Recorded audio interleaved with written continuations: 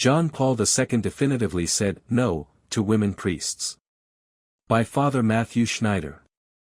The Church has no authority whatsoever to confer priestly ordination on women, and this judgment is to be definitively held by all the Church's faithful. Last week, La Croix carried a story about Senior Ruth Skonenberger wanting female priests. She explains, "It is surely only natural for women to be priests, and I cannot understand the reasons given as to why not." Further, the Benedictine prioress says, "Here in Tutzing, we, too, have excellently qualified women theologians. The only thing they lack is ordination."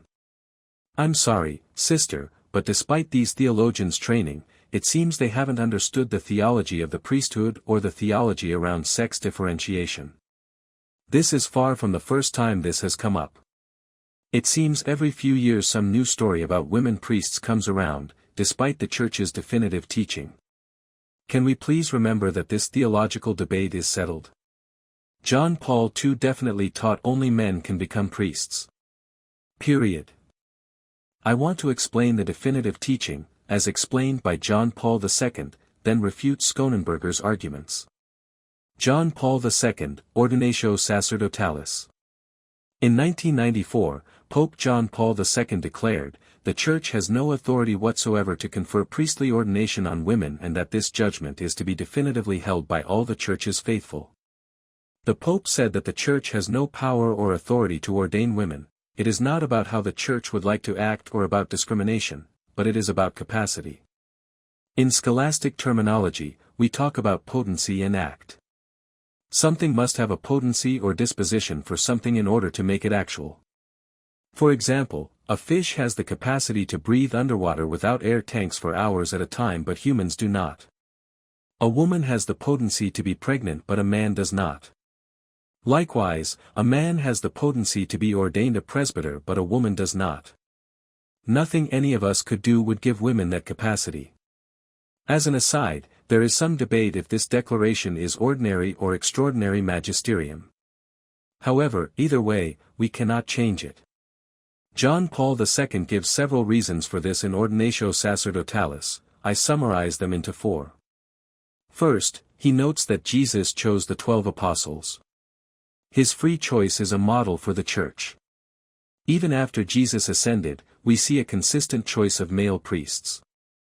Jesus elevated women and gave them key roles, like Magdalene proclaiming the resurrection to the apostles, but did not choose them as priests.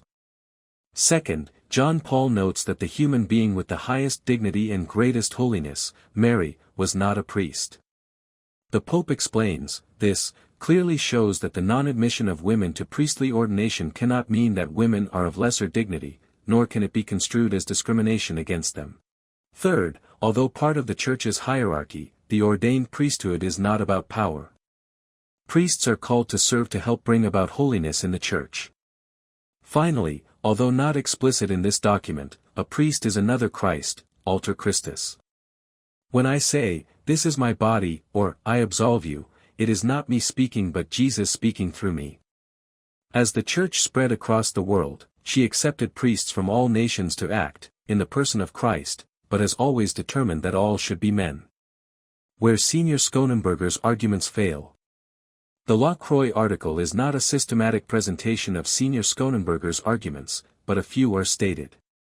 First, she says, the extent to which this power imbalance exists the world over is truly alarming, and so is the fact that we have not learned to grapple with it more effectively. We experience concrete examples of subordination day after day.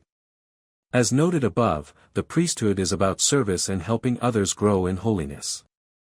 If priests use their ordination to rule over others, like the pagans do, cf. Luke 22 verses 25 to 26, that is something that seminary formation needs to address and something those priests need to change. The errors of some don't affect the nature of the priesthood.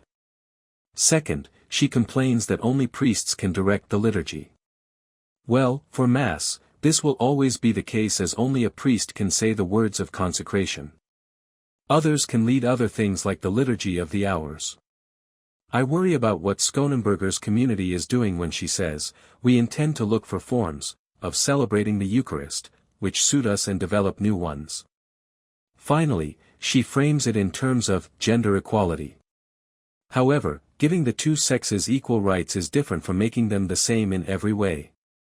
On a football team, the offense and defense have a certain equality of roles despite being opposite. In a marriage, the husband and wife have equal rights but have complementary roles. Likewise, in vocations in the church, equality does not mean always the same. Conclusion. At times in the church's history, certain points that weren't well developed before come up for debate. For example, in the Middle Ages, there was debate about how to understand the real presence, or in the 20th century there was debate if the church might be able to ordain women.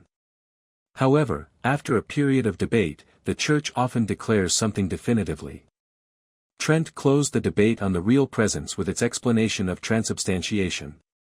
John Paul II closed the debate on women priests in 1994. Once a debate is closed, we should all accept it and move on to other concerns the church has for reaching the world. Since the debate on women priests is closed, can we stop rehashing it every few years?